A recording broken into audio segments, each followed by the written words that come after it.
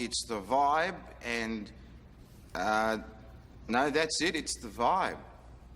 Hello my darlings, welcome to It's the Vibe, where I read books that feel like this. So in this vlog, I go to the subreddit, Books That Feel Like This. I submit my images and Redditors do their thing and give me their recommendations. So based on all of this imagery, I chose two books that were recommended. The first one is Hell Followed With Us by Andrew Joseph White. In this book, a trans boy escapes a Christian apocalypse cult, gets adopted by queer Mad Max teens, and starts turning into a literal biblical plague. Love does win, but in a gross, oozing, fungal mutation kind of way. Hell Followed With Us is like The Last of Us met the Book of Revelation, but make it super queer, autistic, and anarchist. It's bloody, biblical, and unapologetically trans rage distilled into a monster story. The world is rotting, the monsters are divine abominations,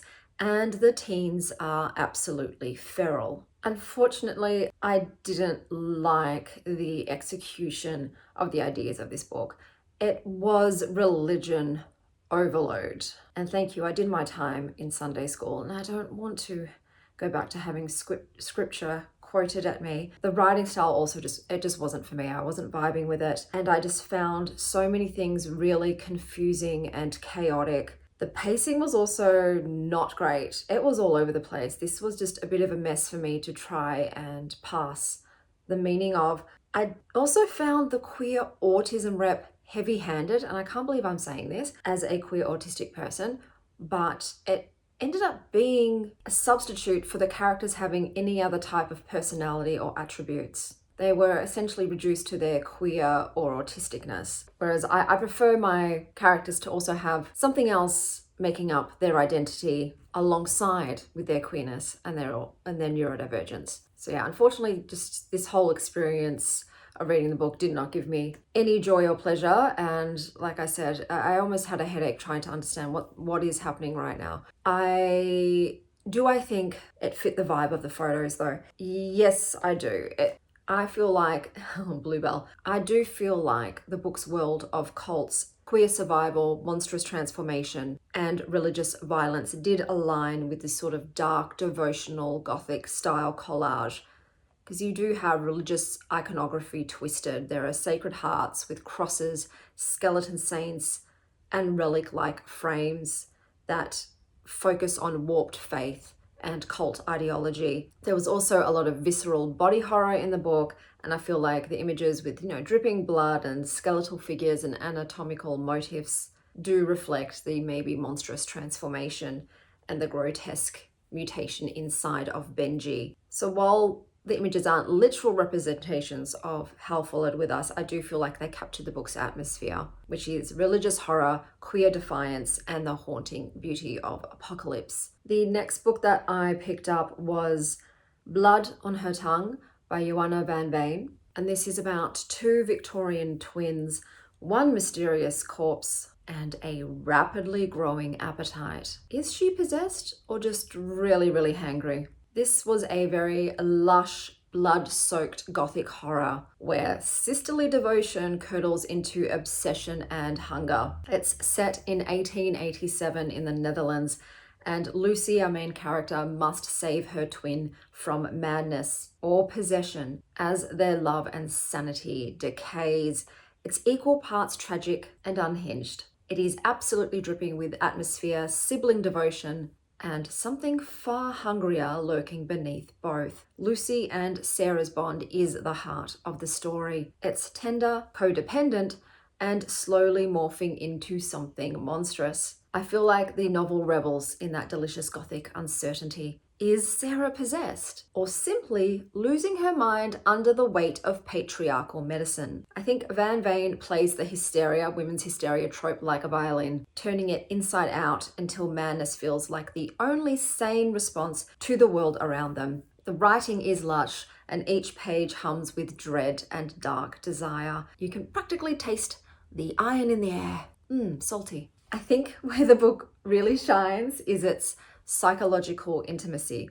You're not just getting a monster story. In this case, You're getting a study in hunger, emotional, physical, spiritual. It's about the appetites that women are not supposed to have and the horror of what happens when they refuse to continue to starve. It was a very delirious gothic feast of sisterly devotion and decaying sanity. You'll leave full of feelings and maybe a little blood. I really enjoyed this book. I will say though that personally, without giving anything away, all I want to say is if I was Lucy and what happened to my sister, I would no longer continue to believe that that was my sister. And I would instead have gone on a vengeance path rather than what ended up happening in the book. And I don't just mean against the men, I also mean against the other. I hope it's not spoiling anything, but yeah, for me, I'm like, yeah, similar ain't the same, you know what I mean? But I did like how unhinged and ridiculous it kind of got, and I was both rooting for the sisters and also not. I will say that there is absolutely a Saltburn Cunnilingus style scene in this, and if you know, you know. So if that would make you squeamish, maybe don't read it, but that is in here, yum yum. It's a double feast. Do I feel like it fit the imagery? Yes, I do. It's giving dark feminine surrealism. It's gothic romance meets a bodily horror. I feel like the lush red and black imagery absolutely vibe with the book and the themes of feminine power, rage, and exhaustion. The images suit the very ritual spell-like cadence of the novel. I will say, yeah, this is a great female rage, sapphic, blood-drenched gothic novel. And I absolutely love, I've got my book, I just can't be bothered getting up and getting it, the blood drip sprayed edge. Perfect. So those were the two books I read for It's the Vibe, and today's perfume is Abundance V8 by Map of the Heart. It has bitter orange, incense, pink pepper, Christmas tree, flame tree, Australian sandalwood, white sandalwood, benzoin, and akigala wood. This is an aromatic journey through the wilderness at twilight.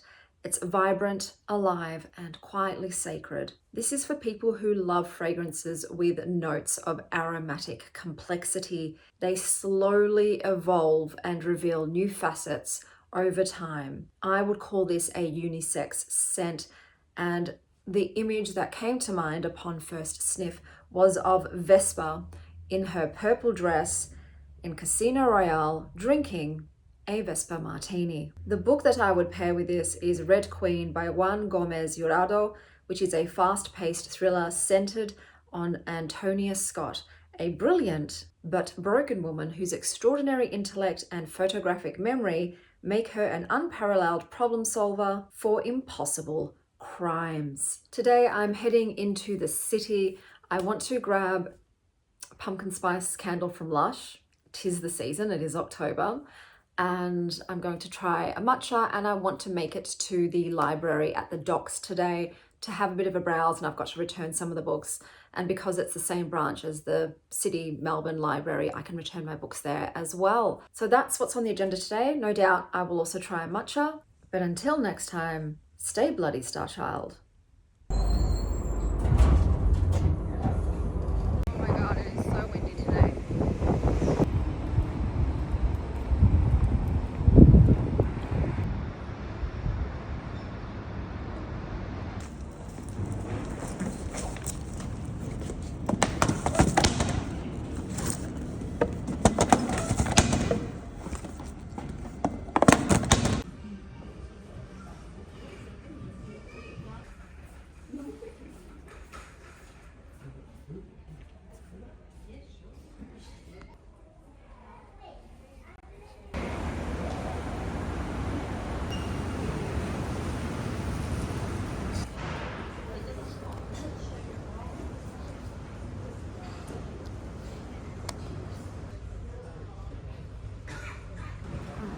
This one, I really want to read it. I think I'm going to like it.